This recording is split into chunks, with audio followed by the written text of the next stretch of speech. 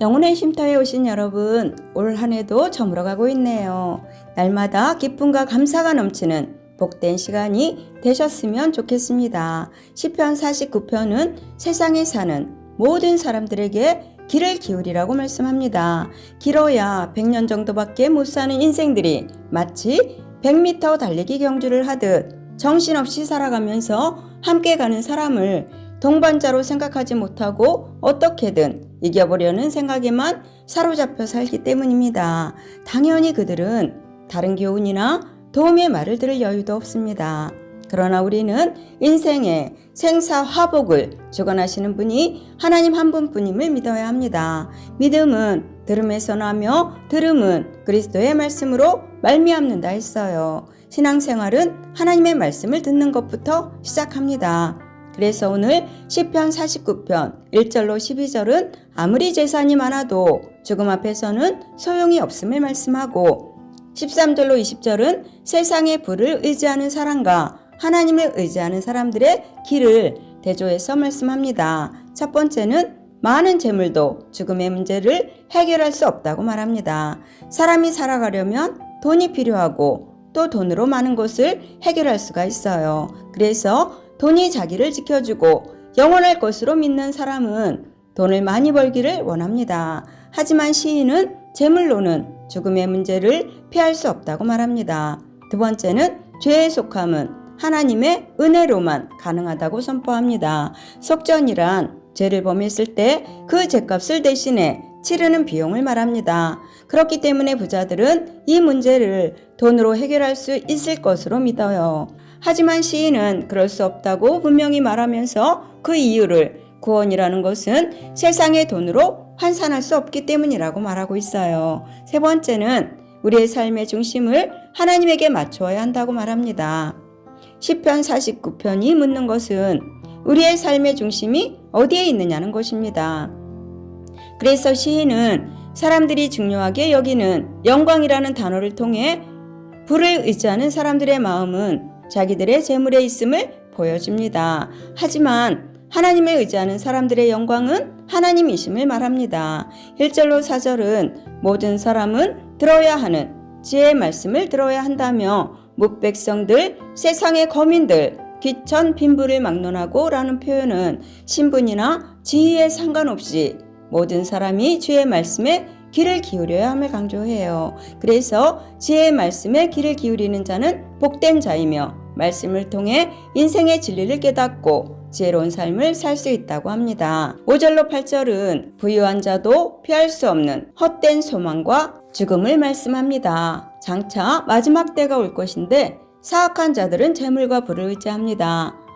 악한 시대에는 부와 재물들이 사람들의 소망이 되며 자랑이 됩니다. 악인들은 하나님을 의지하지 않지요. 그러므로 오직 부와 재물만이 그들의 삶의 목적이 됩니다. 사람들은 하나님을 구하지도 않고 돈만 쫓습니다. 하지만 부와 재물로는 사람의 생명을 구하지 못한다고 7절은 증거해요. 부자와 재물은 자신뿐 아니라 형제나 가족도 구원할 수 없고 죽음 앞에서는 부와 재물은 헛된 것일 뿐입니다. 9절로 12절은 멸망하는 짐승처럼 깨닫지 못하는 자를 말하고 있어요.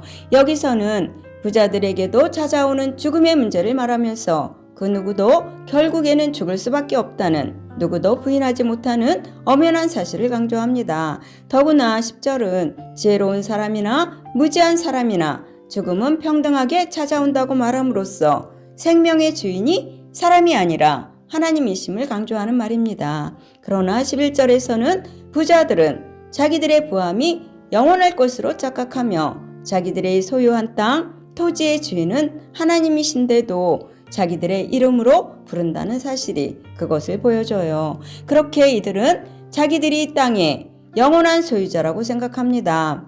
그러나 그 땅은 그들이 무덤이 될 뿐이에요. 그래서 이를 깨닫지 못하는 사람은 종기 하나 장구하지 못하며 멸망하는 짐승과 같도다 라고 12절은 말씀합니다. 13절로 15절은 어리석은 자와 의인의 운명을 말합니다.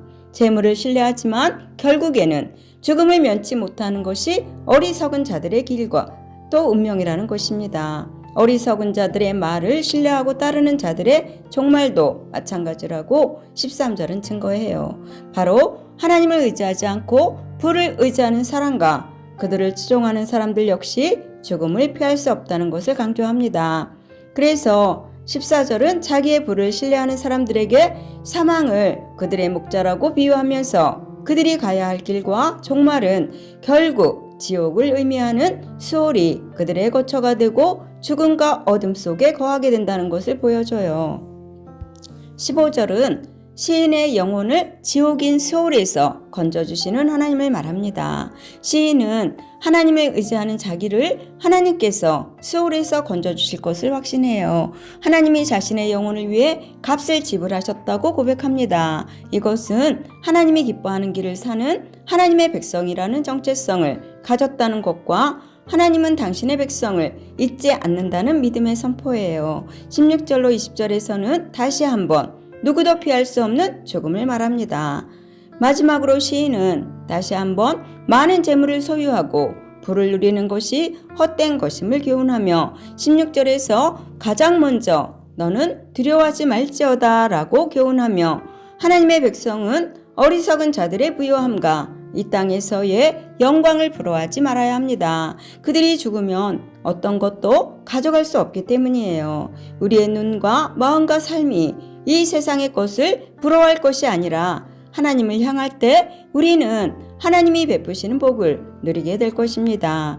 어리석은 자들은 스스로를 높이고 사람들의 칭찬을 받으려고 하지만 우리는 하나님을 높이고 찬양하는 지혜로운 삶을 살아야 할 것입니다. 그러면서 20절은 존귀하나 깨닫지 못하는 사람은 멸망하는 짐승과 같도다 라며 13절 말씀을 다시 한 번 더 강조하면서 마칩니다. 이것이 바로 어리석은 자의 길이며 그들의 말을 기뻐하는 자들의 종말이기에 죽음을 해결할 수 있는 분은 오직 하나님 한 분뿐이심을 보여주고 있어요. 영혼의 쉼터를 사랑하시는 여러분, 세상은 재물이 있으면 다 할 수 있다고 생각해요. 그러나 아무리 재물이 많아도 할 수 없는 일은 많습니다. 재물보다 더 중요한 것은 영원한 생명이에요. 재물보다 먼저 생명의 말씀이 우리 안에 충만해야 합니다. 물질의 주인이 하나님이시기에 생명의 말씀이신 예수님으로 충만하시기를 예수님의 이름으로 축원합니다. 아멘. 사랑합니다.